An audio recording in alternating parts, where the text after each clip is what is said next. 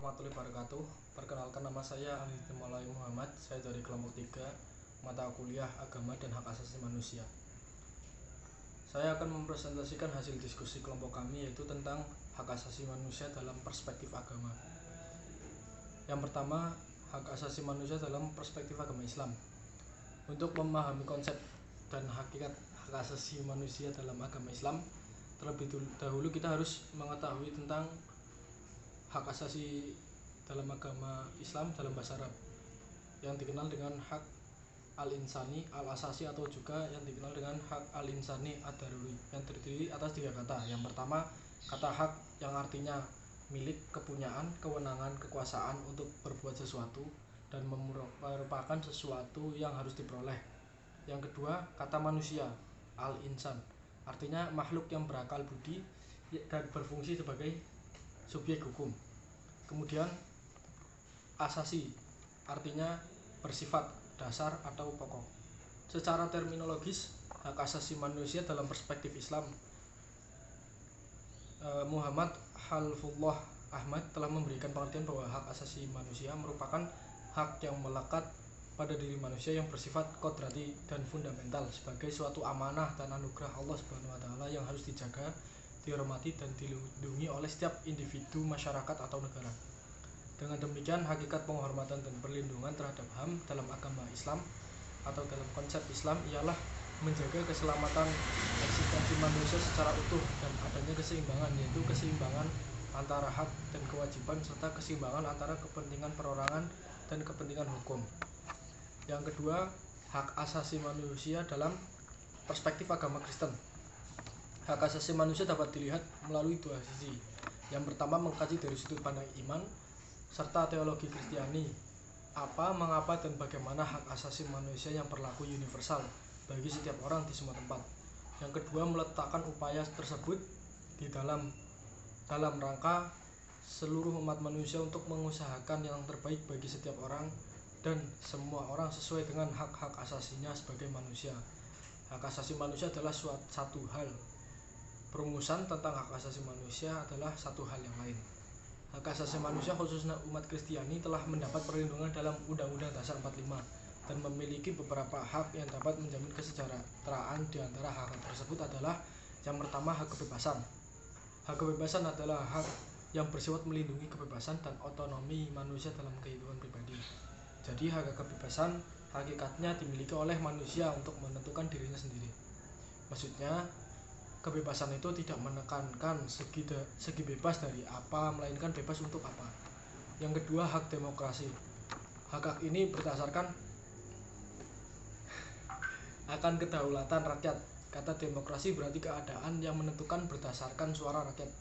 Rakyat yang berhak untuk mengurus dirinya sendiri, dengan kata lain, hak di mana seseorang dapat menentukan pilihannya dengan bebas serta bisa dipilih, termasuk juga hak beribadah, hak berkumpul, dan hak membentuk serikat. Hak-hak sosial.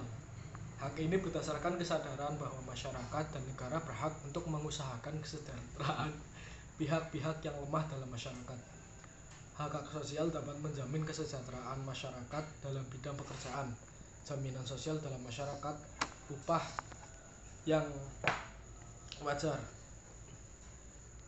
Jadi pemerintah harus menjamin hak-hak sosial yang menjadi kebutuhan masyarakat tersebut.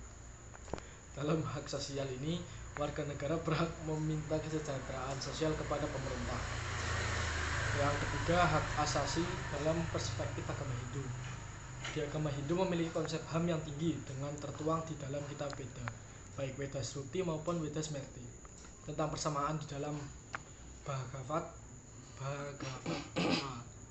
Tidak hanya dengan manusia tetapi juga terhadap semua makhluk hidup, seperti kutipan sloka yang artinya para resi yang rendah hati berdasarkan pengetahuannya sejati melihat seorang brahmana yang bijaksana dan lemah lembut, seekor sapi, seekor gajah, seekor anjing, dan orang yang makan anjing dengan penglihatan yang sama. Dalam ajaran Hindu tentang ahimsa mengajarkan setiap makhluk hidup mendapatkan hidup yang layak dan sama bagi semua yang bernyawa, sedangkan Tattwa Asim merupakan ajaran yang menganggap manusia sama dan sederajat.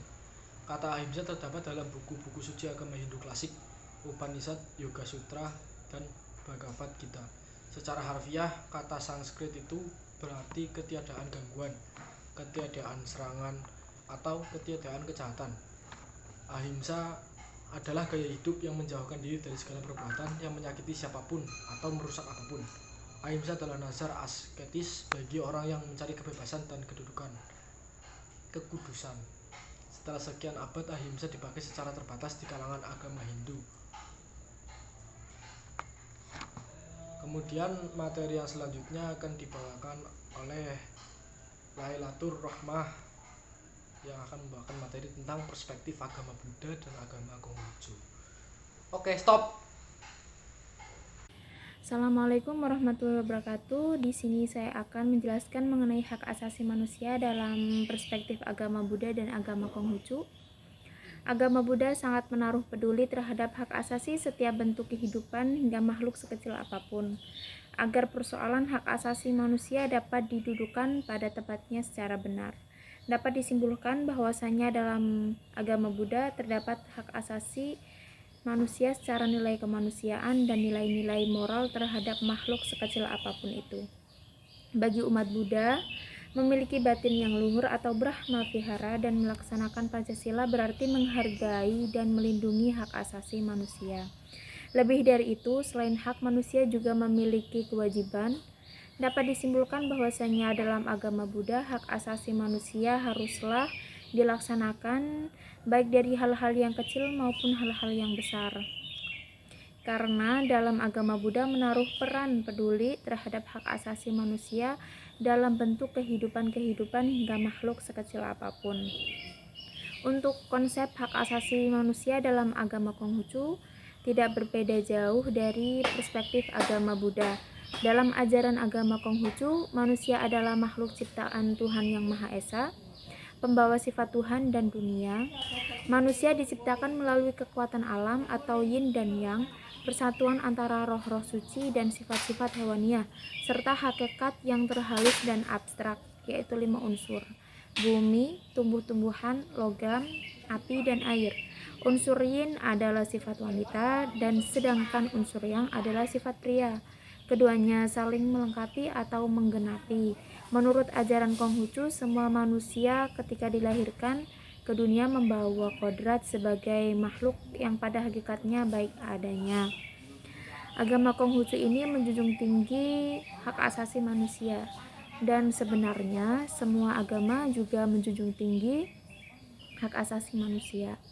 Sekian penjelasan dari saya. Wassalamualaikum warahmatullahi wabarakatuh.